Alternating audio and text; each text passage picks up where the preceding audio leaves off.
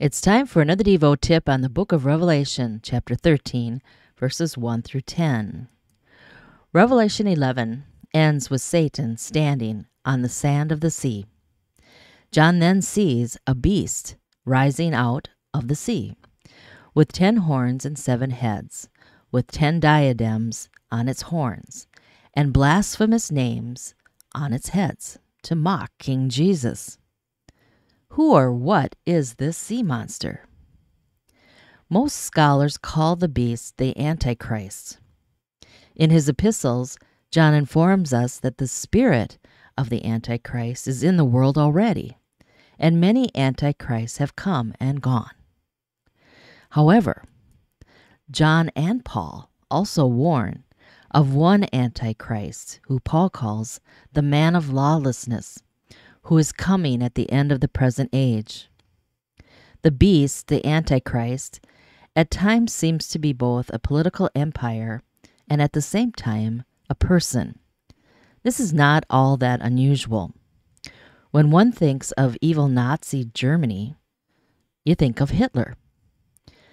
The dragon gave his power and his throne and great authority to the sea monster to try to silence the church's witness. Revelation 13:3.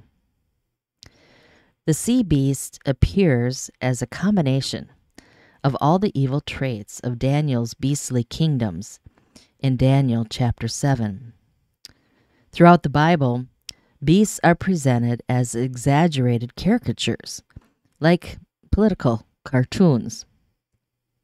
The main goal of political cartoons is not to make us laugh.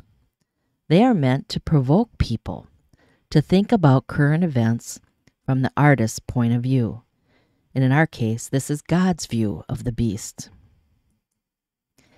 So John notices that someone with a sword had mortally wounded one of the Antichrist's 7 heads in Revelation 13:3 and 14.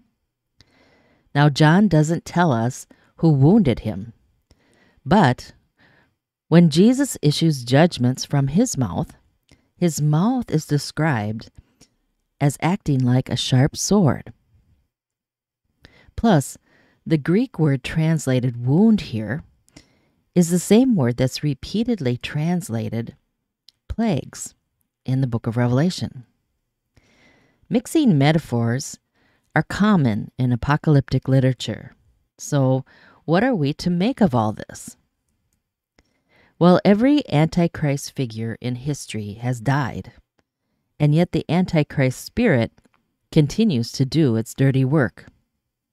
Daniel puts it this way: as for the rest of the beasts, their dominion was taken away, but their lives were prolonged for a season, likely in the next Antichrist that comes along. That's Daniel 7. The people of the world may look around and think, gee, it doesn't look like Jesus defeated Satan.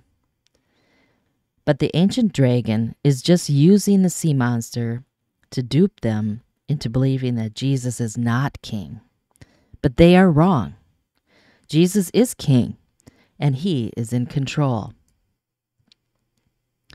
The dragon camouflages his defeat so persuasively that the whole earth marveled as they followed the beast, and they worshiped the dragon, and they worshiped the beast, saying, who is like the beast, and who can fight against it?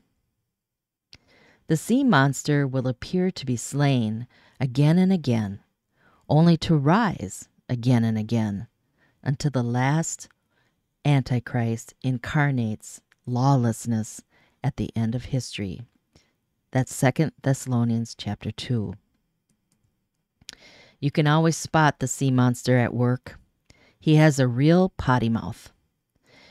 It disparages God's name, ridicules the church, and deceives by making unrighteousness seem pleasurable. Its malicious power generates universal admiration and praise, so dissenters will stick out. The beast was allowed to make war on the saints and to conquer them, and authority was given it over the entire globe. It's Revelation 13:7 and 8. The proper response is not to kick and scream, says N.T. Wright, but to hold firm to patience and faith. So John tells us, if anyone has an ear, let him hear. If anyone is to be taken captive, to captivity he goes. If anyone is to be slain with the sword he must be slain.